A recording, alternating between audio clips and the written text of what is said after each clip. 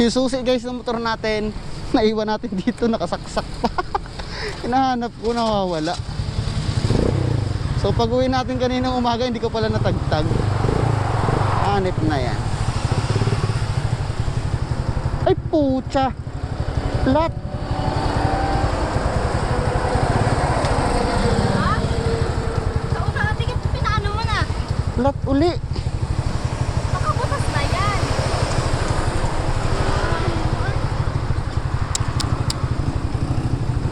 Nangyari dyan?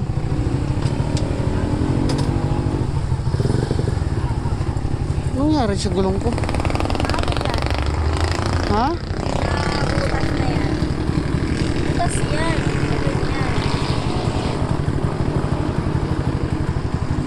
Sira, ay ayos kaya pito ko? I-atras mo nga. I-atras mo na yung magiging butas. Nakabutas na. Ay, buta.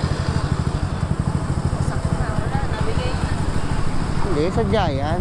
Problema, kat sumingaw.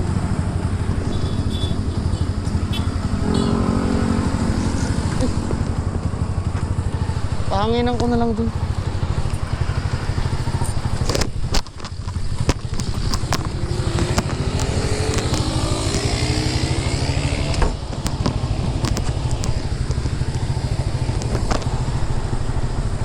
So flat na naman pala yung gulong natin guys, lintek.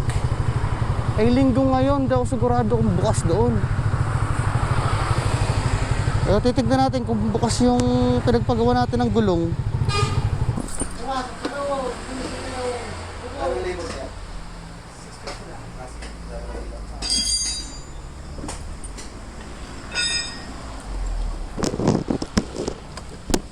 Thank you. So yun guys, nagpapalit na tayo ng gulong. Dito yan, yung shop. Okay na. Hindi na tayo mapaplat na nito. Bago na yung gulong natin guys, bago na. Hanip na yan. Gastos talaga. Wala eh. For safety na rin yun. Siguro kaya hindi na rin ako pinasama sa rides. Kasi magiging problema lang ako sa biyahe ng mga tropa, no? Kasi flat eh. Dead flat na siya. Sobrang nipis na ng gulong.